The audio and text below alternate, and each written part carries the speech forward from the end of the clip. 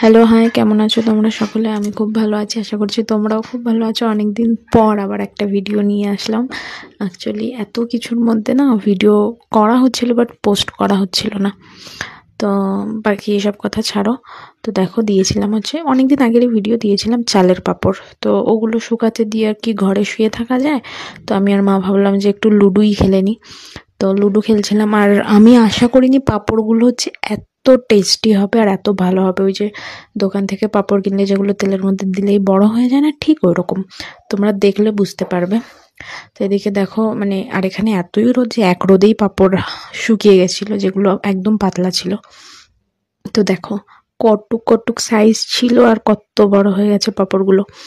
এগুলো আর খেতে তো জাস্ট, মানে দোকানের পাঁপড় ফেল, মানে ওই বাবা রেশনের চাল পাই ওটা দিয়েই করেছিলাম।